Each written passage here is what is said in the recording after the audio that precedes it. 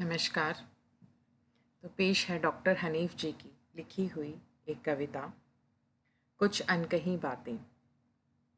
कुछ अनकही बातें, कुछ अनछुई मुलाकातें और कुछ सिसकती हुई यादें अब भी आ ही जाती हैं अक्सर।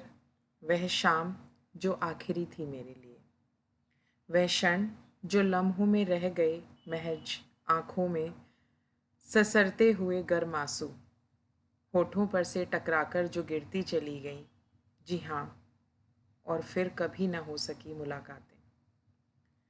वादे एक के बाद एक यूं ही वक्त ने धुंधले कर दिए, दफन कर दी सारी ख्वाहिशें, सारी उम्मीदों को भी। और एक अजनबी, एक अनजान सा रह गया केवल। कितना प्यार किया था तुम्हें, शायद तुम्हें पता तक नहीं। कितनी रातें यादों के साथ जागा मैं, हर घड़ी अपनी आंखों में बसाया तुम्हें। तुम्हारी पूजा की, आराधना की, मिन्नतें भी की। इसलिए नहीं की कि तुम सुंदर थी या फिर कुछ और भी, बस इसलिए कि तुम मेरी आंखों में बसी थी। मैंने कभी तुम्हारी बुराई नहीं चाही, नहीं सोचा। मुझे तुम्हारे दो शब्द आज भी उसी तरह याद हैं। तुम तो उगता सूरज हो, तुम्हें कौन छू सकेगा। और तुम सच भी थे, सच में सचमुच एक पवित्र मित्र। बावजूद तुम्हारा इस कदर जाना ठीक नहीं रहा। तुम तो जानते थे कि मैं तुम्हारी ही तरह बेवकूफ़ था, हूँ भी।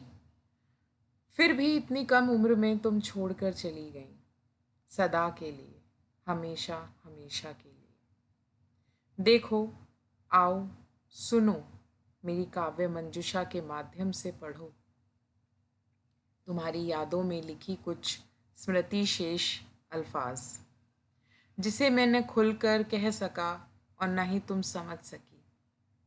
नदी के विपरीत द्वीप की भांति केवल देखते ही रहे।